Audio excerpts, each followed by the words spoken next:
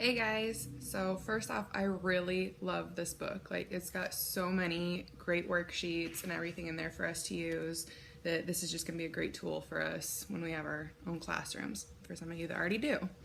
I bookmarked two areas though that I really, they kind of stood out to me. And the first one was what your relationships with your students should be. Like, that's something that I've actually thought about a lot because I'm just like, you don't want to cross that line, but you want to be fun and be interactive with your students and build good relationships. But so what it said in the book, like, it had some really good tips. So, show that you care about your students. You should have a thorough knowledge of your subject matter, which I think that's kind of, yeah, we know that, we should have that, but how much of a difference that can actually make with building relationships with our kids. Like, you got to be confident in what you're teaching them for them to be confident in you, really. You should take command of the class, be their leader, be in that leadership role.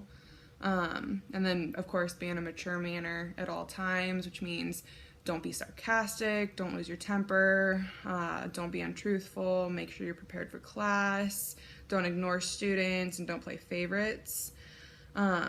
You gotta maintain an emotional distance from your students, but you also have to build that relationship with them.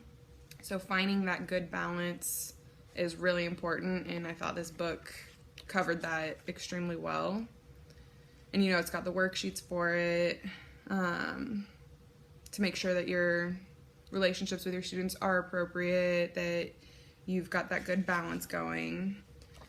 And then the second thing that I bookmarked was the teaching classroom rules. And we've talked about this quite a few times actually in our classes, but don't rush over them. Like, that's something that we really need to build with them. You want to get into your content area and as fast as you can, but you have to take that time to establish those rules with your students. So if that means taking the first or second week as well of class just to establish those routines, those rules, so that the students know exactly what is expected of them. And then when you get into your content area, you can actually, like, the kids are going to be paying attention. They're going to be ready for that because they know everything else that's already expected of them. You have to help them understand the importance of why they must act that particular way, why the rules are in place, everything that takes place in that classroom. Again, it goes back to the leadership thing. You have to be that leader for them. And then, it talks about enforcing the classroom rules as well, talking to them as well as yourself, like, what rules have you broken? Help the student understand why that rule is in place.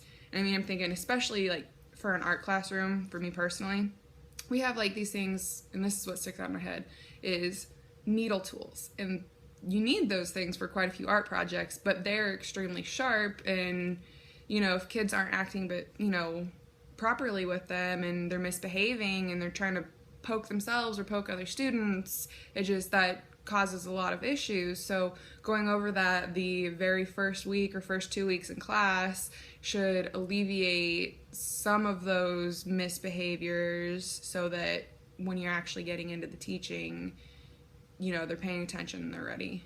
But yeah, this book was pretty thick, but it's got lots of stuff in it that's really great for us. So I'm excited to keep reading it. But thanks, guys.